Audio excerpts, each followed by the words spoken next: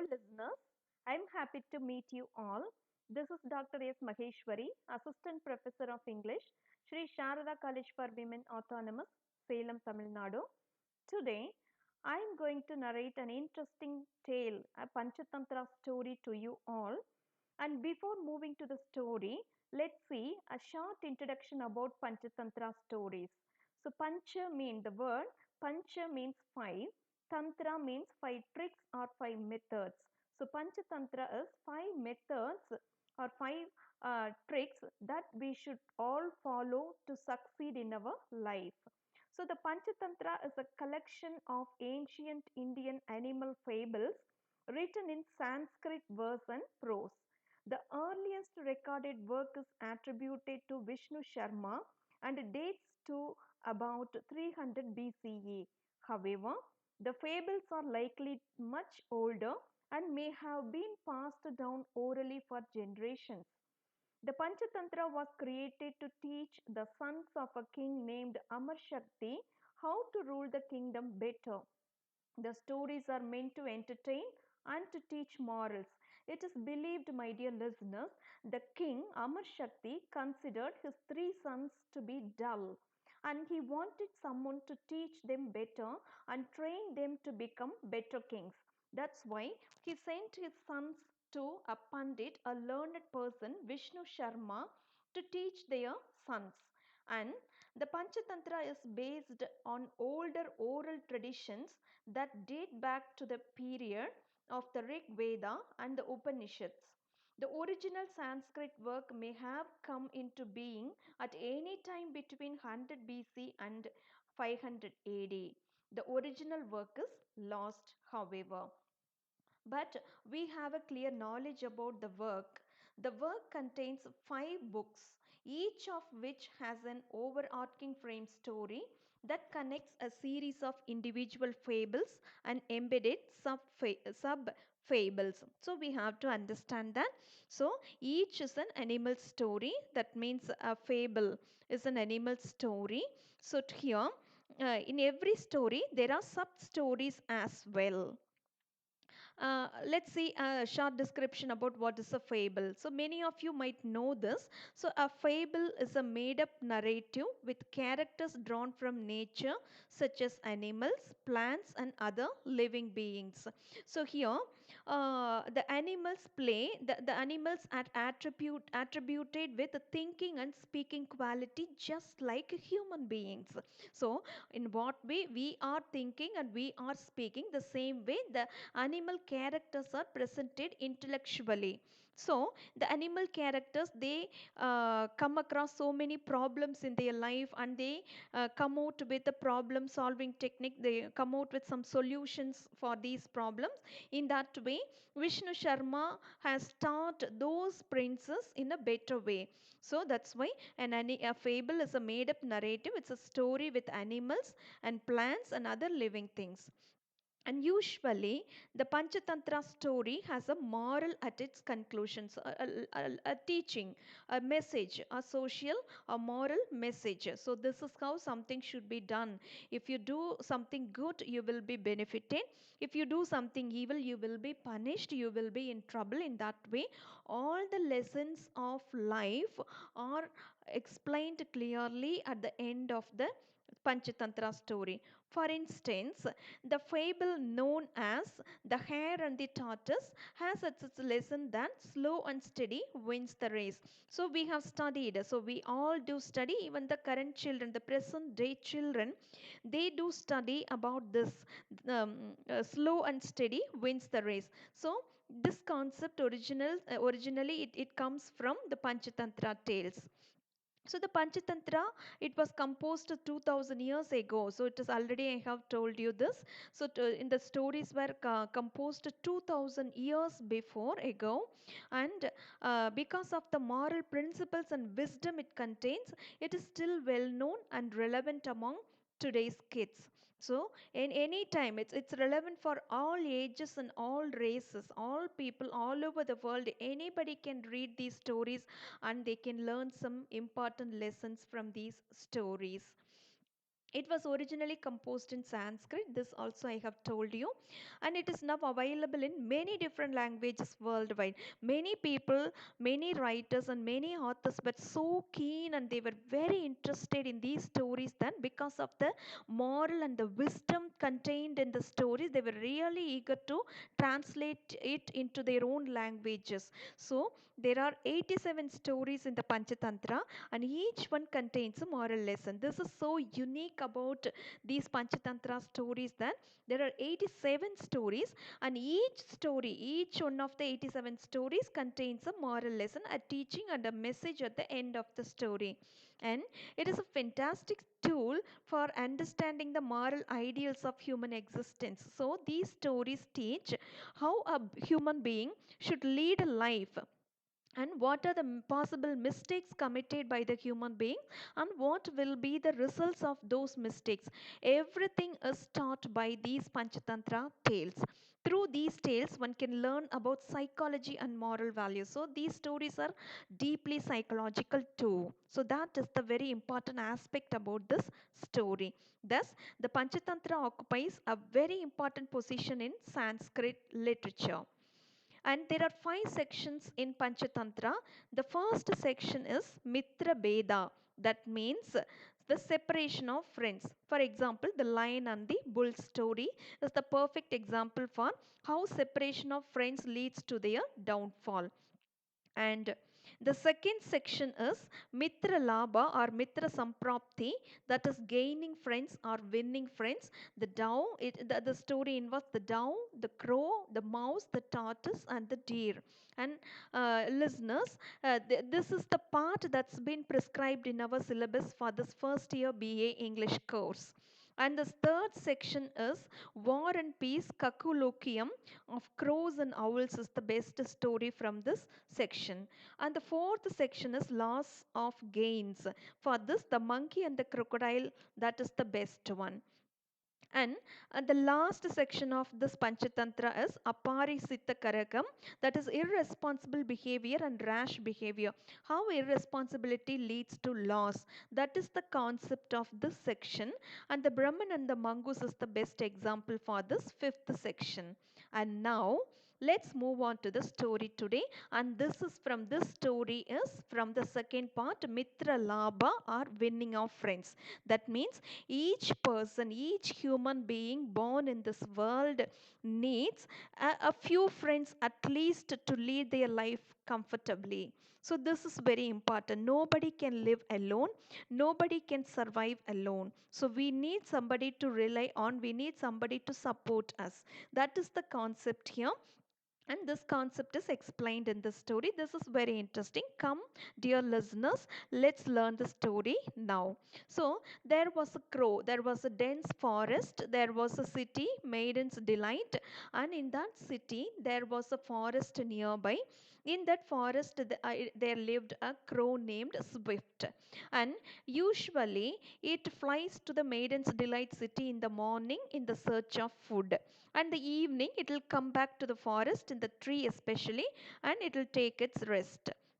So one morning, as usual, he starts towards the city in search of food. But he sees a strange, he observes that a hunter who is coming to the forest, and he carries a snare, that is a net in his hand, and he comes near the tree and he spreads the trap, and he decides to catch the birds. When Swift looks at him, he is disturbed, and he asks itself, it speaks to itself. It says that what does this hunter mean to do? The sinner? To hurt me? Or has he some other purpose? And he decides, okay, today let me not go to the city in search of food, and let me stay here. Let me observe what happens and what the hunter is planning to do. So he clings to the hunter's heels. That means he follows the hunter, and he is filled with curiosity. The crow, Swift, is filled with curiosity. Now the hunter picks a spot. The hunter, he decides the spot, and that is near the tree where the crow lives, and he spreads the snare, and he also scatters some rice grains, and he goes and hides in a bush. So he sees, he understands, and he expects that if a bird or a group of birds look at the rice grains, immediately those birds will be tempted, they will alight, and they will be caught in the snare. That is the plan of the hunter. So he waits in the bush, and fortunately there are so many birds living in and around the tree, nearby the tree, and all these birds have already been warned clearly by Swift the crow, so that all the birds are very cautious and alert that no bird comes out of the nest to eat the rice grains spread by the hunter, because Swift, a very intelligent bird, it has already warned all his neighbors to be very careful about the grains that are spread in the open field. So he has told them that if some grains are spread in the open field, it is a clear sign of danger. So nobody should go near it. So no bird approaches the grains. They regard the rice grains as deadly poison, and they do not peep. So, unfortunately, at this juncture, a dove king named Gainek, with hundreds of dove retainers, is wandering in search of food and spies the rice grains from afar. So, now the dove, the name is Gainek, and it, along with its citizens, the followers, hundreds of citizens, they are flying in the sky and they are searching for some food. They are very hungry, and they happen to look at the rice grains spread by the hunter. Now they start coming towards the rice grains. So now Swift hurriedly goes, he approaches the Gainek, the dove Gainek, and then he wants it. But Gainek doesn't pay heed to the advice given by Swift, because he and his followers are very hungry. Then he greedily seeks to eat them and alights in the great snare. The moment he does so, he and his retainers are caught in the meshes. So only now he feels very bad then. So I should have listened to the advice given by the crow. So now, unfortunately, he and his followers are caught up in the meshes. Nor should he be blamed. It has happened through hostile fate. This we have to note, my dear listeners, because in many places in the Panchatantra stories, the role of destiny and fate is stressed. So it is believed that whatever happens in human life, it is because of destiny or fate. So here also it is said that, so Gainek and his followers are caught up in the net because of fate, nothing else. So the hunter, so now the hunter is gleeful. So the hunter is very happy that the snare he finds hundreds of doves. He is very happy that he runs forward. Then Gainek and his retainers, seeing him advancing, they are very distressed by their disastrous position in the snare. They clearly understand that they are going to die. At this time, as a skillful ruler or a king, Gainek, it has the presence of mind to decide immediately, and it says to other doves, we must all agree in purpose, must fly up in unison, and carry the snare away.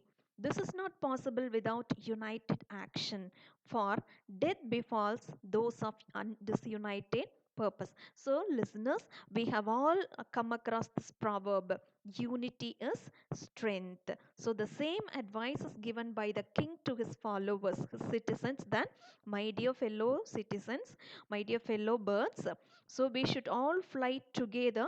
We should all carry the snare along with us, so that that's the only way of escaping from this danger. Now, the doves hear this and they are very eager to live. Yes, we all know that every living being is very eager to live and nobody wants to die. Am I right? Nobody wants to die, even it is an insect or a bird or an animal or a human being, whoever it might be, but nobody wants to die. They will try their level best to live. So now the doves are eager to live, and they unite their efforts to carry the snare away, fly just like an arrow shot into the air, form a canopy in the sky, and proceed without fear. So now They all obey. All the doves obey their king, and they all immediately, the same moment, all the doves fly together, and they all lift and carry the snare along with us, with them. So now the hunter is greatly disappointed and shocked because he didn't expect such a behavior from these birds after all. So he is totally, completely shocked, and finally he decides to follow the doves, because wherever they go, he has to follow. He decides and starts following it. Now, Gaynek finds that the hunter is following them keenly. He advises his fellow birds, the fellow um, citizens, then, my dear friends, we all should fly above the trees and mountains so that the hunter will give up following us. So again, the doves dutifully obey their king, and they all fly on the above the forest and the mountains. Now this hunter is dejected, and he finally he gives up his following chase.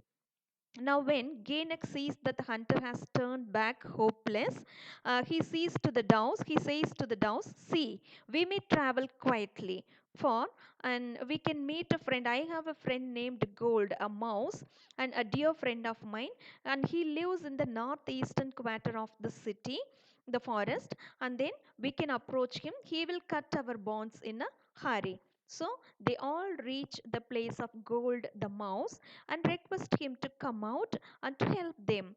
And Gold, upon listening to the hearing the voice of his dear friend Gene, he happily comes out, and he offers to cut the bonds of the king first, Genek first.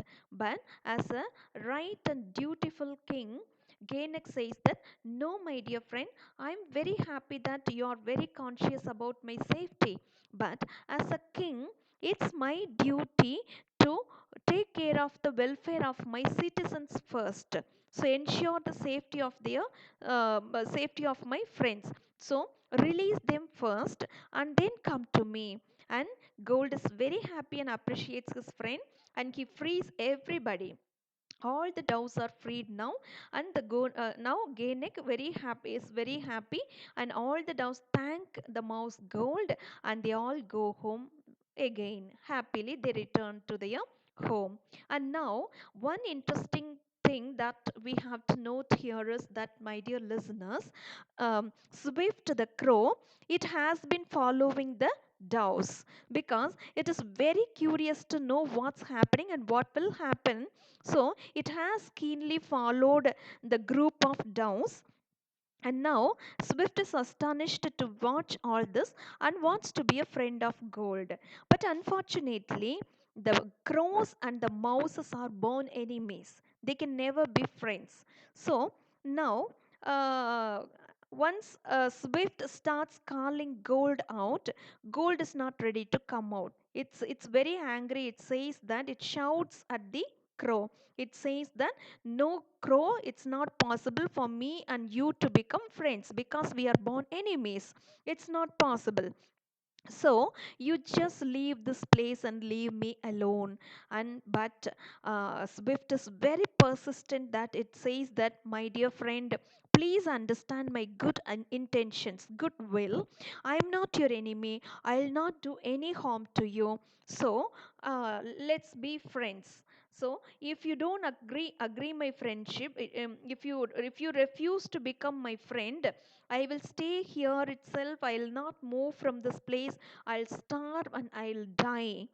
So I'm even ready to die for your friendship. So, upon listening to this, Gold is convinced, the mouse is convinced, and he understands the goodwill of the good heart of Swift, and he accepts Swift as its friend. They both exchange food and they are very happy. And this goes like this. After a few days, Swift comes to Gold and says that, I am going to leave this city, he says. So Gold is surprised to hear this and asks why.